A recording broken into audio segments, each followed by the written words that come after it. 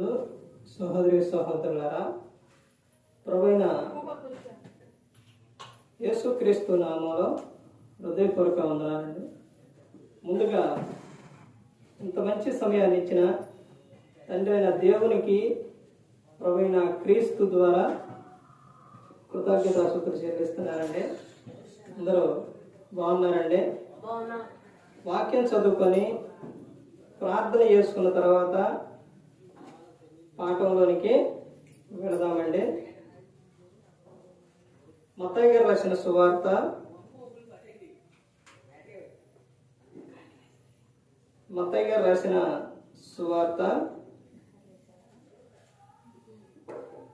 12వ అధ్యాయం 36వ వచనం. నేను మీతో చెప్పుకున్నదేమనగా, మనుషులు వ్యర్థమైన ప్రతి మాటను కూర్చి విమర్శ దినమున లెక్క చెప్పవలసి ఉండును. నీ మాటలను బట్టి నీతిమంతుడు అని తీర్పునందుదు, నీ మాటలను బట్టి అపరాధివని తీర్పునందుదు. ప్రార్థన చేసుకున్నాడు. పరలోకమందున్న మా తండ్రి, పరిశుద్ధ ప్రేమ గల తండ్రి, గొప్ప తండ్రి, యెహోవా తండ్రి, ఈ ప్రియకుమారుడు యేసుక్రీస్తు ప్రభువారి ద్వారా కృతజ్ఞతాస్తుతులు చెల్లిస్తున్నాము నాయన. అయా, వాక్యం బోధించుండగా వినువారు తండ్రి మంచి హృదయం తెలియ వాక్యానుసారం నడిచే భాగ్యం దయచేయండి తండ్రి. అయా, వాక్యం బోధించుండగా ఈ లోక సంబంధమైన జ్ఞానంతో కాకుండా మీ జ్ఞానంతో మాట్లాడే భాగ్యం దయచేస్తారని మా ప్రభువైన యేసుక్రీస్తు నామాన వేడుకుంటున్నాం తండ్రి. ఆమేన్. ప్రభువైన యేసుక్రీస్తు నామములో హృదయపూర్వక వందనాలండి. దేవుని కుమారుడు యేసుక్రీస్తు ప్రభువు ఈ లోకానికి వచ్చిన తర్వాత పరలోక రాజ్యం సమీపిస్తుంది కనుక మారు మనస్సు పొందమని ప్రకటింప మొదలుపెట్టారు. అలా యేసుక్రీస్తు ప్రభువు చెప్పిన ప్రతి ఒక్క మాట కూడా ఆత్మ సంబంధమైన మాట, పరలోకం చేర్చే మాట యేసుక్రీస్తు ప్రభువు చెప్పారు. యేసుక్రీస్తు ప్రభువు చెప్పిన మాటల్లోని ఆ మాట ప్రకారంగా నడిస్తే చాలా అద్భుతంగా అనేది మనిషికి ఉంటుంది. యేసుక్రీస్తు ప్రభువారు ఇక్కడ చెప్తున్న ఈ మాట చూడండి.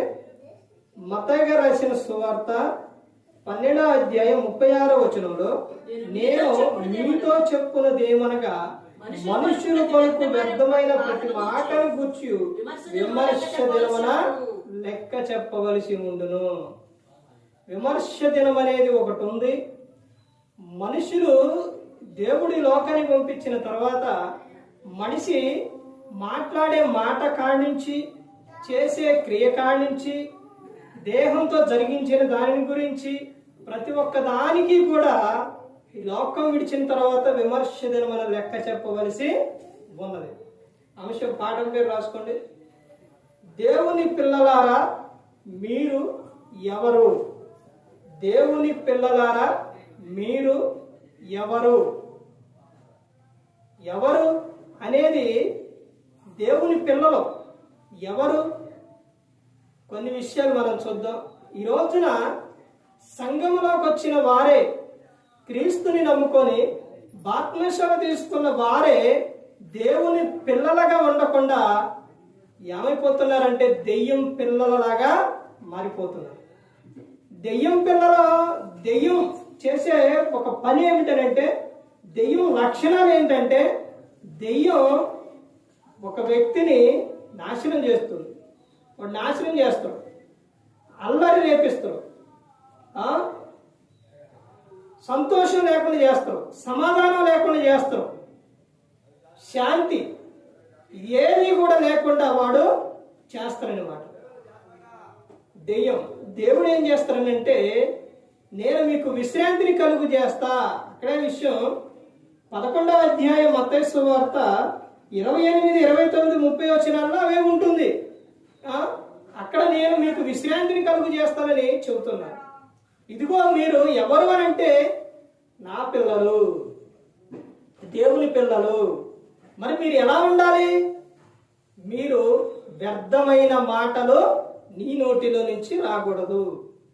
అలా వస్తే నాయన ఏం జరుగుతుందనంటే, ఈ లోకం విడిచినప్పుడు నీ వ్యర్థమైన ప్రతి మాటను గూర్చి విమర్శ దినమున లెక్క చెప్పవలసి ఉన్నది. నీ మాటలను బట్టే నీతిమంతుడు అని తీర్పు నందుదువు, నీ మాటలను బట్టే అపరాధివని తీర్పు నందుదువు. దేవుడు మనిషిని ఎన్నో విధాలుగా కాపాడుతూ ఉన్నారు. ప్రతి ఒక్క విషయంలో దేవుడు కాపాడుతూనే ఉన్నారు. నిన్ను ఎంతో ప్రేమించి తన కుమారుని లోకానికి పంపించిండు తండ్రి అయిన దేవుడు. మరి యేసుక్రీస్తు ప్రభువారు నీ కోసం ప్రాణం పెట్టారు. ఈ రోజున నీవు సజీవంగా ఉన్నావంటే, సంతోషంగా ఉన్నావంటే, ఇలా మాట్లాడుతున్నావంటే, లేకపోతే నిలబడుతున్నావంటే, తిరుగుతున్నావంటే, ఆనందంగా ఉన్నావంటే, ఇవన్నీ ఎవరు? దేవుడిచ్చిన నీకు, దేవుని కృపది. కానీ మనిషి అవి మరిచిపోయారు. మరిచిపోయి తమ ఇష్టానుసారంగా జీవిస్తున్నారు. ప్రసంగి 7:17 అధికముగా దుర్మార్గ పనులు చేయకము, బుద్ధిహీనులుగా తిరగకము, నీ కాలానికి ముందు నువ్వు ఎలా చనిపోదువు? అధికంగా దుర్మార్గ పనులు చేస్తున్నావు, బుద్ధిహీనంగా తిరుగుతున్నావు, నీ కాలానికి ముందే నువ్వు చనిపోతున్నావు. చనిపోయి నువ్వు యాడికి వెళ్ళిపోతున్నావు? నరకానికి వెళ్ళిపోతున్నావు. కానీ మీరెవరో తెలుసా? మీరెవరో? నా పిల్లలు. నా పిల్లలంటే మీరు ఎలా ఉండాలి? నా లక్షణాలు మీలో కనపడాలి, ప్రేమ నీలో కనపడాలి, సంతోషం నీలో కనపడాలి, ఆత్మ ఫలాలు నీలో కనపడాలి. కానీ అవేవి కూడా మనిషిలో కనపడట్లేదు. అవేవి కనపడట్లేదు మనిషిలో. మనిషి ఎలా మారిపోయాడంటే దుష్టత్వంతో బ్రతుకుతున్నాడు, తమ ఇష్టానుసారంగా జీవిస్తున్నాడు, అధికముగా దుర్మార్గ పనులు చేయటం, తమ ఇష్టానుసారంగా జీవించేసి ఆనందం సంతోషం అనేది లేకుండా మనిషి ఈ రోజున చనిపోతున్నాడు. తిరిగేసి ఎక్కడుంది సంతోషం, ఎక్కడుంది ఆనందం? లోకంలో లేదు. నువ్వు లోకంలో ఆనందం సంతోషం కోరుకుంటే నీ కాలానికి ముందే నువ్వు ఎగిరిపోతావు. నీ కాలానికి ముందే వెళ్ళిపోతావు నువ్వు. కానీ దేవుడు నిన్ను ఏర్పరచుకుంది, దేవుడి లోకంలో నిన్ను పుట్టించింది. ఎందుకో తెలుసా? నువ్వు నీ కాలానికి ముందే చనిపోతావని కాదు. నీ కాలానికి ముందే నీ ఇష్టానుసారంగా తిరిగేసి చనిపోతామని కాదు. దేవుడు నిన్ను ఏర్పరచుకుంది ఈ లోకంలో. దేవుడు పుట్టించింది అందుకు కాదు. ఆయన చెబుతున్న విషయం చూడండి, ఏమని చెప్తున్నారు?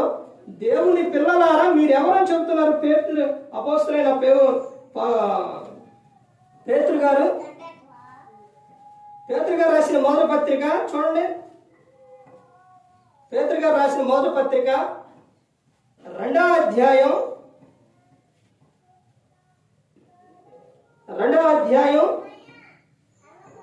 9వ వచనం చూడండి. అయితే మీరు చీకటిలో నుండి ఆశ్చర్యకరమైన తన వెలుగులోనికి మిమ్మును పిలిచిన వాణి గుణాతిశయములను ప్రచురము చేయు నిమిత్తం ఏర్పరచబడిన వంశమును, రాజులైన యాజక సమూహమును, పరిశుద్ధ జనమును, దేవుని సొత్తైన ప్రజలై ఉన్నారు. దేవుని పిల్లలారా మీరు ఎవరో ఇక్కడ చెప్తున్నారు? దుష్టుని ఎరలోని, లోకం ఎరలోని, లోకం ఆశలోని జీవించేసి మీరు పాడైపోతారని కాదు. నేను ఈ లోకానికి మిమ్మల్ని పంపించింది, మిమ్మల్ని ఏర్పరచుకుంది ఎందుకో తెలుసా? మీరెవరో దేవుని పిల్లలు. దేవుని పిల్లలైనప్పుడు దేవుని లక్షణాలు ఇక్కడ మనిషికి ఎలా కనపడాలి? ఒక వ్యక్తిని ఎలా కనపడాలి? ఏ విధంగా ఉండాలి? నా నామం అన్ని జనుల మధ్య దూషింపబడుతుందనంటే కారణం ఏంటి? క్రీస్తుని నమ్ముకున్న వారే, బాప్తిస్మం తీసుకున్న వారే, మందిరానికి వెళుతున్న వారే తమ ఇష్టానుసారంగా జీవించేస్తున్నారు. దేవుని నామానికి ఏమొస్తుంది? మహిమ వస్తుందా? మహిమ రావట్లా దేవుని నామానికి. ఇక్కడ చెబుతున్న విషయం చూడండి. దేవుని పిల్లలారా మీరు ఎవరు అంటే, ఒకటి మీరు ఏర్పరచబడిన వంశం. మీరు ఏర్పరచబడిన వంశం, మీరు నా పిల్లలు మీరు. కానీ ఎలా బ్రతుకుతున్నారు? నా లక్షణాలు మీలో ఒక్కడైనా కనబడుతున్నాయి అని దేవుడు అడుగుతున్నాడు. ఒక్కడైనా కనబడుతున్నాయా? పేరుకేమో క్రైస్తవం, పేరుకి క్రైస్తవులు, కానీ చేసే పనులన్నీ ఎలాంటి?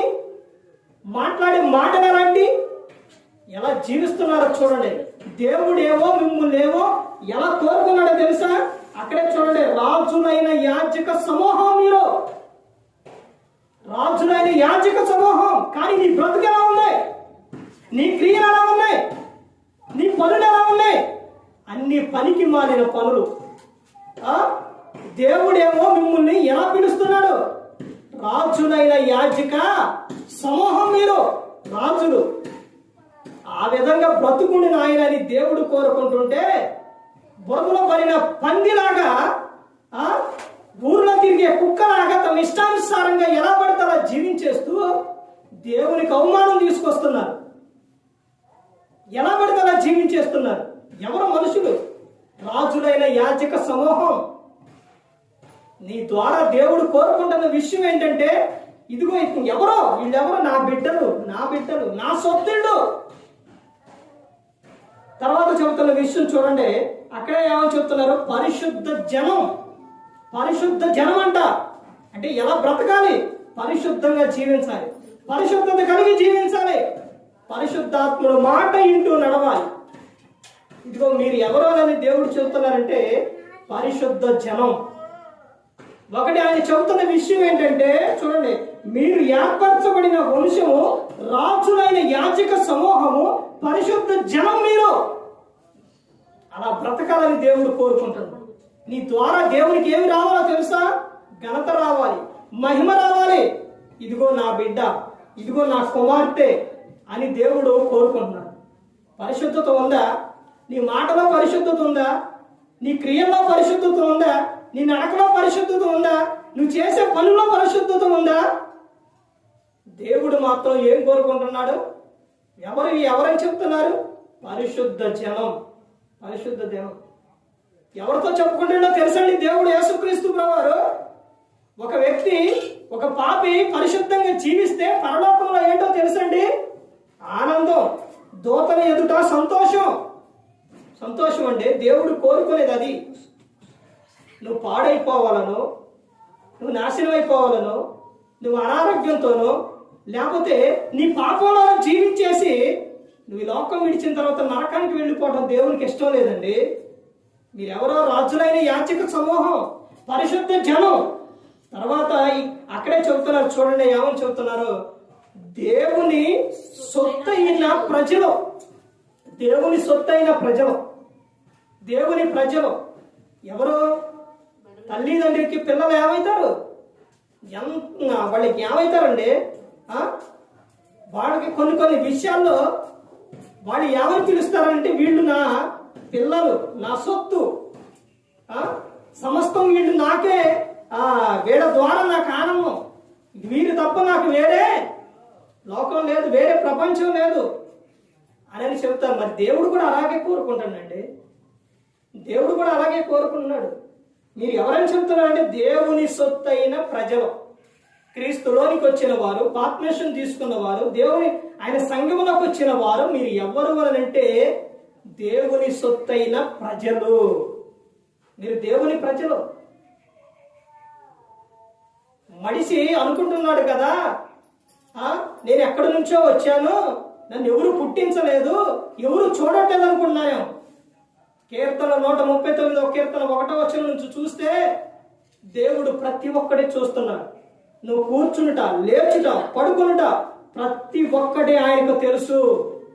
ప్రతి ఒక్కటి తెలుసు. దేవుడు నిన్ను ఈ లోకంలోనికి పంపించేది, ఈ లోకంలో నిన్ను ఏర్పరచుకున్నది ఎందుకనంటే దేవుని సొత్తైన ప్రజలు. నువ్వు సంతోషంగా ఉండాలని. కానీ అలా జీవిస్తున్నావా? తర్వాత ఆయన చెబుతున్న చూడండి, ఎఫెసీయులకు అపోస్తలుడైన పౌలు గారు, చివరిగా ఈ విషయం రోజు ముగించుకుందాం. అపోస్తలుడైన పౌలు గారు ఎఫెసీయులకు రాసిన పత్రిక 1వ అధ్యాయం 14వ వచనం చూడండి. దేవుని మహిమకు కీర్తి కలుగుటకై ఆయన సంపాదించుకొనిన ప్రజలకు విమోచనము కలుగు నిమిత్తము ఈ ఆత్మ స్వాస్థ్యమునకు సంచకరువుగా ఉన్నాడు. ఇక్కడ చెప్తున్న విషయం చూడండి. పైన 13 నుంచి రండి, ఏమో చెప్తున్నారు? మీరును సత్యవాక్యమును అనగా మీ రక్షణ సువార్తను విని క్రీస్తు నందు విశ్వాసం ఉంచి వాగ్దానము చేయబడిన ఆత్మ చేత ముద్రింపబడి. ఎవరంటే మీరు దేవుని పిల్లలారా, మీరు ఎవరంటే వాగ్దానం చేయబడిన ఆత్మ చేత ముద్రింపబడిన జనం. మీరు ఆత్మ చేత ముద్రింపబడ్డారు. మీరు ఎవరో? నా జనం మీరు, నా ప్రజలు మీరు. మీరు దెయ్యం పిల్లలు కాదు, నా పిల్లలు మీరు, నా సొత్తు మీరు. అంటే ఒక తండ్రి ఇంటి కుటుంబంలో తండ్రి మంచి లక్షణాలు కలిగి ఉంటే పిల్లలకి ఏమొస్తాయి? మంచి లక్షణాలే వస్తాయి. ఒకవేళ తండ్రి తమ ఇష్టానుసారంగా తిరిగినా, తమ ఇష్టానుసారంగా ఉన్నా, పిల్లలను మాత్రం మంచి దారిలో పెంచితే, భయభక్తుల్లో పెంచితే వారు ఏమవుతారు? ప్రయోజకులు అవుతారు. కానీ దేవుడు ఆయన పరిశుద్ధుడు కనుక ప్రజలు, మన ప్రతి ఒక్కరూ కూడా ఎలా ఉండాలని దేవుడు కోరుకుంటున్నాడంటే పరిశుద్ధంగా జీవించాలి అని కోరుకుంటున్నాడు. ఆయన చెబుతున్న విషయం, వాగ్దానం చేయబడిన ఆత్మ చేత ముద్రింపబడిన జనం మీరు. ఇదిగో మీకు ప్రతి దినం, ప్రతి ఆదివారం కూడికలోని, మీటింగ్స్ లోని మీకు వాక్యాన్ని అందిస్తుంది, వాక్యాన్ని ప్రకటిస్తుంది. దేవుడు చెప్పమన్న మాట చెబుతున్నదే మీ ఆత్మను రక్షించుకోవాలని. మీ ఆత్మకు ఆహారం ఏదంటే వాక్యం. మీ శరీరానికి ఆహారం ఏదంటే తినే భోజనం. కానీ మీ ఆత్మకు ఏం కావాలంటే ఆహారం కావాలి. మీరు ముద్రింపబడిన జనం, నా జనం మీరు, నా ప్రజలు మీరు. నిన్ను నేను ఎలా చేసుకున్నానో తెలుసా? మనిషి ఇది మర్చిపోయిందండి. మనిషి తమ అజ్ఞానంలో జీవిస్తూ, మూర్ఖంగా జీవిస్తూ ఇది మర్చిపోయిండు. ఏం మర్చిపోయిందంటే మనిషి, నేను ఎవరో తెలుసా? దేవుడు నన్ను ఎలా చేసిందంటే, ఎలా చేశాడు? ఆదికాండం 1వ అధ్యాయం మొత్తం చదివితే దేవుడు ఎలా చేసిండు? ఆయన స్వరూపంతో చేసుకుంటా దేవుడు నిన్ను ఎలా చేసిండు? ఆయన స్వరూపంతో చేసిండండి దేవుడు. ఆయన పోలిక నువ్వు దెయ్యం పోలిక కాదు. కానీ కనబడుతున్న నీలో దెయ్యం లక్షణాలు, దేవుని లక్షణాలు కనబడుతున్నాయా? దేవుని ప్రేమ నీలో కనబడుతుందా? దేవుడు మాత్రం నిన్ను ఎలా చేసిండో తన స్వరూపంతో చేసుకుంటూ పరిశుద్ధాత్మ ద్వారా నిన్ను ముద్రింపబడి చేసిండు. ప్రతి ఒక్కరూ గమనించుకోవాలి, ప్రతి ఒక్కరూ కూడా తెలుసుకోవాలి. దేవుని పిల్లలారా ఎవరో మీరంటే, మీరు ఏర్పరచబడిన వంశం, రాజులైన యాజక సమూహం, పరిశుద్ధ జనం, దేవుని సొత్తైన ప్రజలు, వాగ్దానం చేయబడిన ఆత్మ చేత ముద్రింపబడిన జనం. ఇదండి మీరిది. ఈ మాట మీ హృదయంలో పెట్టుకోండి. ఎందుకనంటే నువ్వు ఈ లోకం విడిచిన తర్వాత నీ దేహంతో జరిగించిన క్రియకు ప్రతి ఒక్క దానికి కూడా క్రీస్తు న్యాయపీఠం ఎదుట నిలబడ్డప్పుడు లెక్క చెప్పవలసి ఉన్నది. ఆ రోజు నిన్ను కాపాడేవారు ఎవరో ఉండరు. ఈ రోజు నీ దేహంలో ఆత్మ ఉన్నప్పుడు నువ్వేదైనా చేసినా పశ్చాత్తాపడు, తప్పు ఒప్పుకో. నువ్వు నీ ఇష్టానుసారంగా జీవిస్తే లోకం విడిచినప్పుడు ఎక్కడికి వెళ్ళిపోతావు? నరకానికి వెళ్ళిపోతావు. అది ప్రతి ఒక్కరూ గమనించుకోవాలి. నరకం ఎలా ఉంటుందో తెలుసండి? అగ్ని ఆరదు, పురుగు చావదు. ఇప్పుడు వాతావరణం చల్లగా ఉంది, సమ్మర్లో ఎలా ఉంటుంది?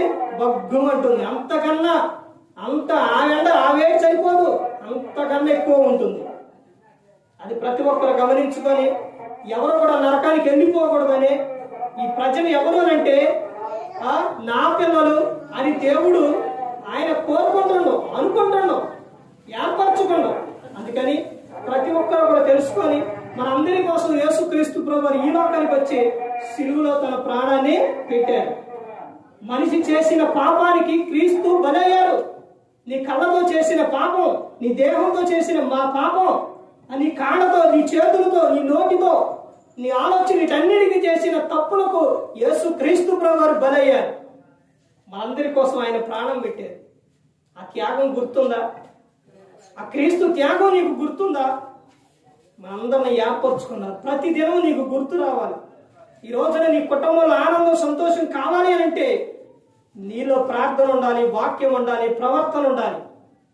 క్రీస్తుని పోలి నడుచుకోవాలి. ప్రతి ఒక్కరు కూడా దేవుని యందు భయభక్తులు కలిగి పరిశుద్ధాత్మ మాట వింటూ హృదయ శుద్ధిని కాపాడుకుంటూ క్రీస్తుని పోలి నడుచుకున్నప్పుడు ఈ లోకం విడిచిన పరలోకానికే చేరుకుంటారు. మరి ఈ విధంగా నిలబెట్టి మాట్లాడించిన తండ్రి అయిన దేవునికి కృతజ్ఞతాస్తుతులు చెల్లిస్తూ అంతవరకు శ్రద్ధగా ఉన్న మీకు ప్రభు పేరున హృదయపూర్వకంగా చెల్లిస్తూ ఈ మాటలు ముగిస్తున్న అందరికీ వందనాలు.